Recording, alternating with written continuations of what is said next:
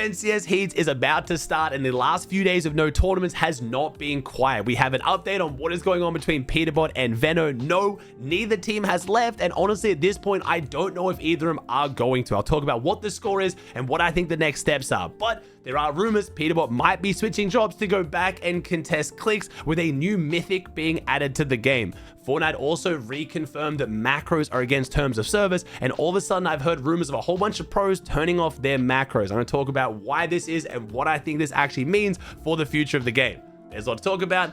Let's jump into it. I'm sure you probably heard me talk about it before. In case you haven't though, I've been using exit lag now for 5 years. If you want to reduce your ping in all your favorite games, you need to have exit lag. If you've tuned into any of my streams right now, I've been playing a whole bunch of Apex Legends. Unfortunately, because OCE in Australia is a little bit of a dead region, I have to play on North America, which would normally be a huge issue, but luckily I have exit lag. All I have to do is open up exit lag, go to the game I want to play, Apex Legends, set it to automatic, and then apply routes. That's it. Now I load up Apex Legends, and whichever server it connects me to, I'm going to have a massive reduction in ping. On average, I get about 50 to 60 less ping. Again, I am obviously playing halfway around the world, but even if you're playing games on your local server, if your connection has not been optimized, it will give you a huge ping reduction. I know you guys get skeptical anytime a creator who is sponsored tells you to get a product, but I want you to know when ExitLag reached out to me for this partnership, I already had an active annual subscription that I had been paying for 5 years now. You don't even have to take my word for it. You can try ExitLag right now for free for 3 days to see if you like it before you buy it. After that runs out, I would highly recommend you take advantage of their insane deal right now. You can get the annual plan for 50% off and a bonus 3 30-day codes for free. That's 15 months of exit lag for the price of 6. Even better, if you've got a friend who you're playing with who's always lagging, you can send them one of the codes so they can try it exit lag as well, or just use it for yourself. Click the link in the description down below to check it out. You won't regret it.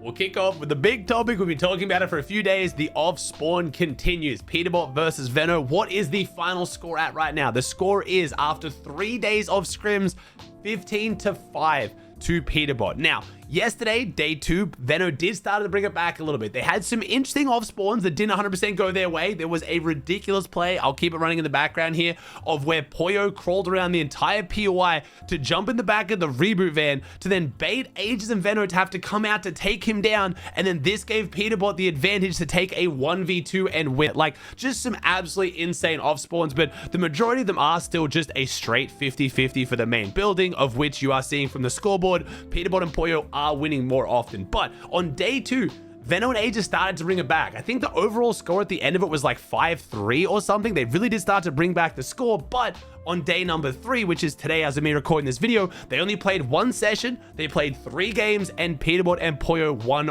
all of them, which now starts to make the off-spawn score look a little bit worse again. It did start to kind of look like, yo, Veno's maybe bringing it back. They're starting to get their reps in, starting to get their practice, but today was unfortunately not their day.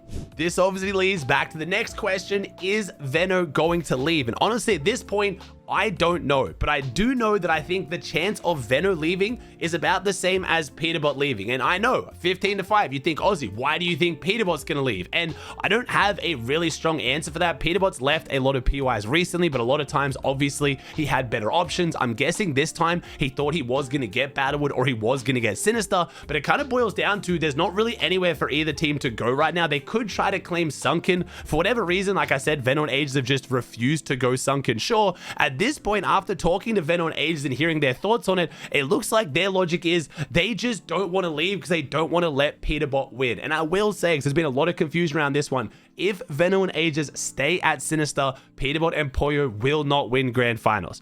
I know you're thinking, Aussie, but they're winning 15-5. What if they go 9-3 off spawn? Well, I think Peterbot and Pollo may be able to do that with the way the spawn fight is playing out right now. I don't think the spawn fight in Grands is going to play the way it is right now. I'm not saying I think Veno and Aegis are going to come up with some crazy strategy to start winning, but right now, Veno and Aegis are still playing to try to win the spawn fight. They're taking quick 50-50s. They're trying to end the fight. Even if Veno goes down and Aegis has a little bit of loot, instead of running away, he tries to take the fight to somehow try to win it. All of a sudden, if it's a grand finals and Peterbot and Pollo, let's say they go up 6-0 on day 1, their first place going to day 2, they look amazing.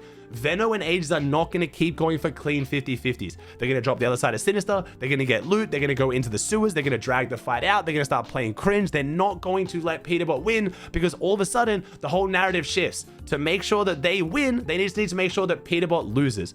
But as you guys are probably already about to say in the comments, that's a dangerous game because Veno and Ages don't have a land spot. They're not qualified to globals, whereas Peterbot is. And I fully agree with that. I understand that. Right now, Veno and Ages have more to lose, but just from what Veno and Ages are saying, unless they're just lying, they don't care about it. I think they care more than they're leading on, but I think for Ages particularly, again, this is one of, 3 or 4 times we've now seen Ages in this situation where he has a drop spot, he's kind of going toe-to-toe with Peterbot, and he's expected to give up his thing for Peterbot. I think Ages has just gotten over it. I think Veno also, again, Veno's being dragged into this now. He's just kind of getting frustrated. I think he wants to prove a lot of the haters wrong in the community, and he like he said on stream, he just doesn't care right now. He's not going to be going for the big off spawn. He just wants to do the best he can. He wants to hold down his POI.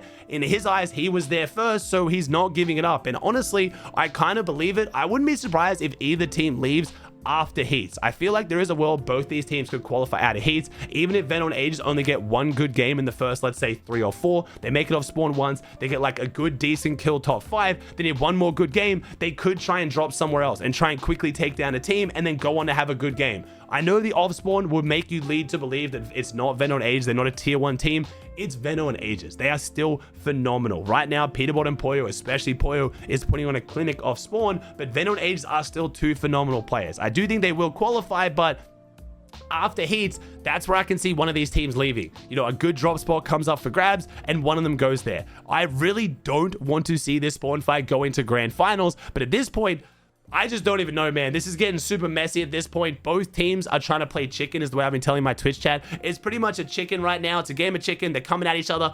The other one's just hoping the other one swerves. One of them leaves, and then they both get to hopefully have a good tournament. Right now, the way it's looking, they both said they're not swerving. So we're about to watch a car crash, and we'll see if one of them comes out on top. We have some other interesting news from Fortnite. If you guys have seen, Fortnite Tracker came out with a new app that tracks your teammates' loadouts and tracks what materials they have. Now, we've had other apps like this in the past, Blitz.gg, and as far as I'm aware from Epic, all of these have been allowed. And I believe the reason is because they don't actually tap into the Fortnite API like things like the recent drop calc software does. They actually communicate between both players running the apps on their PCs, but it has made Fortnite reconfirm what their TOS is and recommend that players don't use third-party softwares and also don't use macros. Now, right now, Fortnite Tracker and softwares like that, I think Fortnite does need to try to make a stand sooner rather than later. It's like everything else in Fortnite. They need to be very clear about what is and isn't against the rules, and they need to action people who break the rules. Otherwise, it becomes a slippery slope like we've seen, and we get to the point where just basically everyone is essentially cheating, and that's what's happened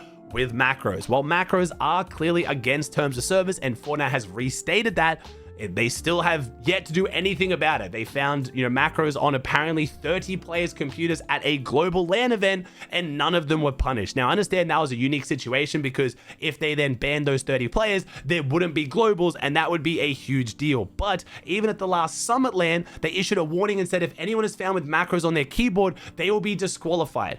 I wanted them to come out and say, you will be banned. If you go to an official Fortnite event and you try to get away with something that Fortnite has said themselves is cheating, I don't think it's that crazy. You should be banned, not just disqualified. I think things like that, Fortnite needs to take a stronger stance. If you've watched any pro stream right now, everyone is so casually talking about using macros. They're all admitting to it, but I've also heard rumors of something going on behind the scenes right now, and I'm noticing pros are talking about turning off their macro or their enhanced scroll wheel.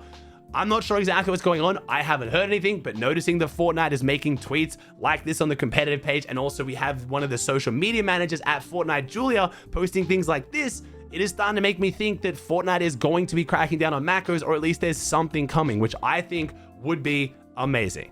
It is worth pointing out as well, I do believe most pros in the game actually don't want macros to exist. There is this idea that if you ain't cheating, you ain't trying, and I understand there are a lot of pros who will try to abuse every advantage they can, but at the same time, I think the vast majority of the Fortnite player base don't want to cheat and don't want to, abuse these advantages. They just don't want to be at a disadvantage. Right now, if you go up against a player running a pickup macro on spawn and you have the best computer, 0 ping, scroll wheel, or if even worse, you're on controller, you will never get the gun, not a single time out of a million. that is a huge disadvantage. Obviously, pros do not want to be at that disadvantage. I think the majority of pros want macros to be banned. They want Fortnite to start doing something about it. Most of them are just using macros because they feel like they have to, otherwise they just can't compete. So I really, again, hope Fortnite does something. I also found it very interesting. They also wanted to confirm things like coordinated movements are against the terms of service coming into grand finals, and I think especially coming into solos. I still don't know what Fortnite's plan is for the absolute competitive integrity nightmare that solos is going to be. I also keep seeing a lot of questions from you guys in the comments. How's solos going to work? Is there going to be div cups? Are they running FNCS trials? When is it? What's the format? The entire totality of what we know about solo FNCS right now is it is in October. That's it. We don't know exactly when in October. We know nothing about the length of it, the prize pool, the format. We don't know anything. We just have to wait and find out. I know a lot of you guys who can't find teammates are excited by solos. I think it is going to be great. Hopefully it's not going to be too much of a teamer fest, but I'm sorry, I don't have answers for you because I don't think Fortnite even has the answers yet. You have to remember, in case you guys are confused, the whole reason we have a solo FNCS is because Fortnite had to cancel what was going to be a duo FNCS. Globals was meant to be in November. They've now moved it to September. I think that's because they're supposed to now be a mini season in November, which would be a nightmare. Can you imagine a Simpsons themed Globals? Because they moved that that Globals forward, they had to remove a major and instead make it solos after globals. So I'm sorry there's not more information, but I honestly think Fortnite is trying to figure out what they want to do right now. They just had to announce something so people weren't mad they canceled an FNCS.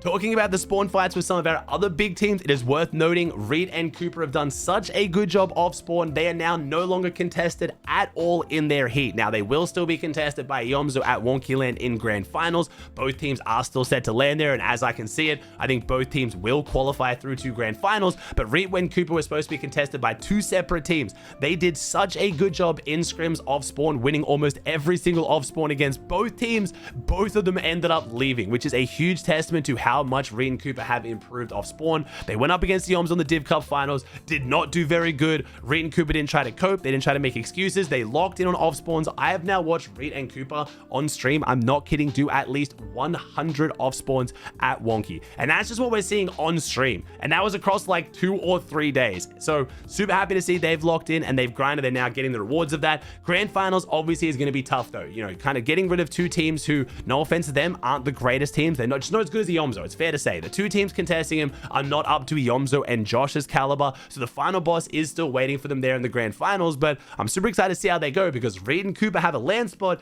Yomzo and Josh don't. So we'll see if anything happens there, whether Josh and Yomzo decide to leave. I don't really know. We'll have to wait and see. The other one is Clicks going to now get contested, and could it be by Peterbot? You know what they said to me? They said to me if Mythic Stinger comes out at your spot, they're going back. Fuck yeah. Wait, what?